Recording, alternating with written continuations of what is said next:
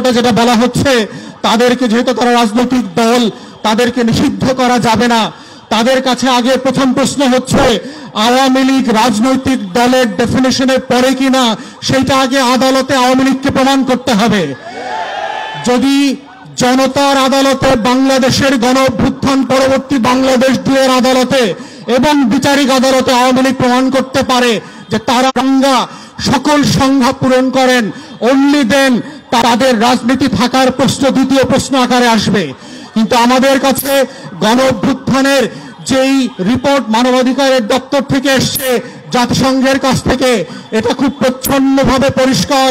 45-এ যেই যুক্তিতে এবং যেই কারণে জার্মানিতে নাৎসিদেরকে নিষিদ্ধ করা হয়েছিল, ফ্যাসিস্টদেরকে ইতালিতে নিষিদ্ধ করা হয়েছিল, ফ্রাঙ্কোর দলকে নিষিদ্ধ করা হয়েছিল। বাংলাদেশের প্রথম 5D AI ইনভার্টার যুক্ত সর্বোচ্চ বিদ্যুৎ সাশ্রয়ী যমুনা এয়ার কন্ডিশন। দক্ষিণ আমেরিকার প্রত্যেকটা গণ অভ্যুত্থানের বিপক্ষের শক্তিকে নিষিদ্ধ করা হয়েছিল, কঙ্গো এবং বুরুন্ডিতে নিষিদ্ধ করা হয়েছে।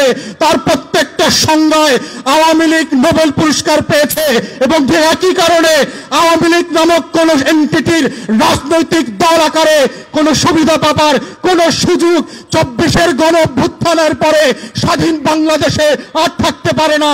অতএব 1400 শহীদের রক্ত দিয়ে দেয়ালে দেয়ালে আওয়ামী লীগের ভবিষ্যৎ লেখা হয়ে গেছে। ওই ভবিষ্যৎ কোন কালো কালি দিয়ে আবার নতুন করে লেখবার প্রয়োজন হবে না। তাই প্রশ্ন হচ্ছে, আওয়ামী লীগ প্রশ্ন আমরা কিভাবে ডিল করব, এটাই হচ্ছে সম্মিলিত সিদ্ধান্তের জায়গা। এবং প্রধান উপদেষ্টার সাথে আমরা যখন দেখা করেছি, বারবার বলেছি 4টা গণ তদন্ত কমিশন গঠন করবার জন্য।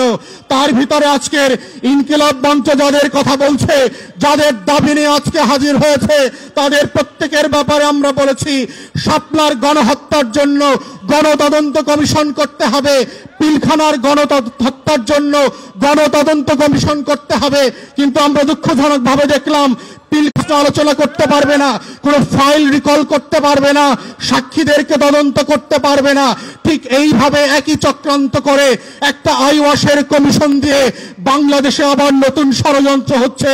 যারা 2009 সালে আমার স্বাধীনতা সার্বভৌমত্বের 2টা ফোর্সকে এট এ টাইম ধ্বংস করে দিয়েছে, তাদেরকে বিচারিক আদালতের মাধ্যমে, কমিশনের মাধ্যমে বাঁচিয়ে দেবার নতুন ব্লু কলার ক্রাইমের শুরু হয়েছে।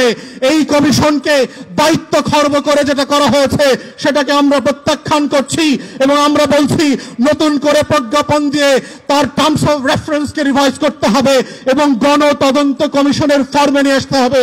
আমরা তৃতীয় বলেছিলাম, বাংলাদেশে গুম, খুন, আয়নাঘর থেকে শুরু করে গত 16 বছরে যেই রাষ্ট্রীয় মদদে খুন খারাপির রাজত্ব কায়েম করা হয়েছিল, সেটার জন্য গণতদন্ত কমিশন করতে হবে। ঠিক একইভাবে দেখলাম একটা গুম কমিশন করা হয়েছে যার ক্ষমতা নয়, যাকে অযোগ্য লোক দেওয়া হয়েছে, পাবলিকলি সাফিসিয়েন্টলি ম্যান পাওয়ার দেওয়া হয় নাই। গণতদন্তের যে ফর্ম আমরা বলেছি, যে কাঠামো প্রস্তাব করেছিলাম, সেই কাঠামো পর্যন্ত দেওয়া হয় নাই। ঠিক একইভাবে প্রধান উপদেষ্টাকে আমরা বলেছিলাম জুলাই আগস্টের গণ অভ্যুত্থানকে ঘিরে একটা গণতদন্ত কমিশন করেন এবং আমরা এটার ফরম্যাট পর্যন্ত একাধিক উপদেষ্টাকে দিয়েছি। আমেরিকার কংগ্রেশনাল হিয়ারিং এর মডেলে, সিনেট হিয়ারিং এর মডেলে, ব্রিটিশ এবং ইউরোপিয়ান পার্লামেন্টগুলোতে যেভাবে উন্মুক্ত শুনানি হয়, সেই শুনানির মডেলে করে সেইখানে গণতদন্ত কমিশন হতে হবে। আজকের ইনকিলাব মঞ্চে এসে যেইভাবে শহীদরা তাদের বক্তব্যের কথা বলছে, সেই উন্মুক্ত শুনানিতে যেটা বিটিভি লাইভ সম্প্রচার করবে, সেখানে শহীদ পরিবার এসে তার গল্পের কথা বলবে, তার কষ্টের কথা বলবে, তার আকাঙ্ক্ষার কথা বলবে। আগামী দিনে আওয়ামী লীগের রাজনীতি থাকবে কি থাকবে না, সেই কথা 1400 শহীদ পরিবারকে সিদ্ধান্ত নিতে হবে। কোন সুশীল উপদেষ্টার কথায়, কোন শাশুড়ির কথায়, দিল্লির কথায় সেই সিদ্ধান্ত হবে না। আমাদের বক্তব্য খুব পরিষ্কার, গণ অভ্যুত্থানের পক্ষের শক্তিরা গণতদন্ত কমিশনে গিয়ে উন্মুক্ত শুনানিতে অংশ নিয়ে বাংলাদেশের কোটি কোটি নাগরিক যেখানে নিবন্ধন করে তাদের মতামত দিতে পারবে, সেই মতামতের উপরে ভিত্তি করে আওয়ামী লীগ প্রশ্ন, গণহত্যার প্রশ্ন, জাতীয় পার্টি এবং 14 দলীয় দিল্লির গোলামদের ভবিষ্যৎ কি হবে সেইটা সিদ্ধান্ত নিতে হবে এবং সেই সিদ্ধান্তের উপরে ভিত্তি করে আওয়ামী লীগের ভবিষ্যৎ নির্ণীত হবে। এই প্রস্তাব দেবার 7 মাস 8 মাস পেরিয়ে গেলে পরে আমরা দেখতে পাচ্ছি জুলাই গণহত্যা নিয়ে কোনো উচ্চবাচ্য করবার আয়োজন দেখতে পাচ্ছি না। জুলাইয়ের গণকবর যেটা আমরা আগস্ট সেপ্টেম্বরে ভিজিট করেছি, সেইখানে উপদেষ্টাদের যাবার কোনো মদত দেখতে পাচ্ছি না। অথচ এখানে অনেক উপদেষ্টা দেখেছি 71-এর চেতনা বিক্রি করতে করতে 14ই ডিসেম্বরের শহীদদের কবর জিয়ারত করতে করতে মুখে ফেনা তুলে ফেলেছেন, কিন্তু রায়ের বাজার বধ্যভূমিতে জুলাইয়ের 114 শহীদের কবর জিয়ারত করার সময় তাদের নাই। প্রধান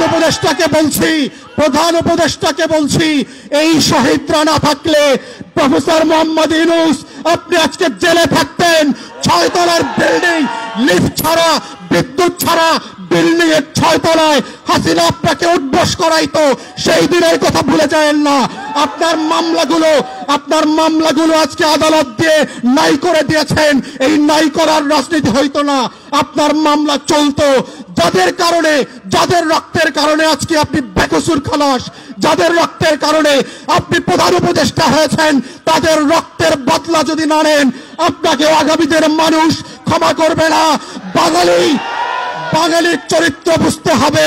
তারা প্যারিস থেকে এসে এনে নায়ক যেভাবে বানাইতে পারে, তারা মির্জাফরের মতো খলনায়ক বানাইতে পারে। এই রক্ত দেওয়া শহীদ পরিবারের এই ইতিহাস ভুলে যাবেন না। তাই আমাদের বক্তব্য হচ্ছে গণতদন্ত কমিশনের মধ্য দিয়ে আওয়ামী লীগ প্রশ্ন রিজলভ করেন। এবং আমরা বারবার বলেছি বিভিন্ন প্রেসে এবং টকশোতে কি অপশন হতে পারে। প্রথম অপশন হচ্ছে নাৎসি মডেলে আপনি আউটরাইট আওয়ামী লীগ, জাতীয় পার্টি এবং 14 দলকে নিষিদ্ধ করে দেবেন। দ্বিতীয় অপশন হচ্ছে যদি ট্রুথ অ্যান্ড রিকনসিলিয়েশন ফর্মে যান সাউথ আফ্রিকার মডেলে, তাহলে কাদের বিচার করবেন, কোন কোন অপরাধের বিচার করবেন, আর কাদেরকে তওবা কমিশন করে হেফাজতে আলেমদের সামনে ক্ষমা চাওয়া মাফ করাইতে হবে সেইটা আলাদা করতে হবে। কাদেরকে আওয়ামী লীগ যেহেতু আমাদেরকে 3টা নির্বাচন থেকে বঞ্চিত করেছে, তার রাজনীতি নিষিদ্ধ না হলেও আগামী 3টা নির্বাচনকে আওয়ামী লীগ এবং জাতীয় পার্টিকে ন্যায্যতার ভিত্তিতে বঞ্চিত করতে হবে। কারণ সে জাতিকে নির্বাচন করতে দেয় নাই, ভোট দিতে দেয় নাই। আওয়ামী লীগের কোন পদস্থ নেতা ওয়ার্ড ইউনিয়ন থেকে শুরু করে যারা এমপি মন্ত্রী হয়েছে গত 16 বছর, তারা বাংলাদেশে আর কোনোদিন রাজনীতি করতে পারবে না। ঠিক এইরকম শক্ত করে গণতদন্ত কমিশনের মাধ্যমে প্রয়োজনে গণভোটে দিয়ে আওয়ামী লীগ, জাতীয় পার্টির প্রশ্ন ন্যায্যতার ভিত্তিতে সমাধান করবার মধ্য দিয়েই আজকের এই শহীদদের বিচার ফয়সালা হইতে হবে।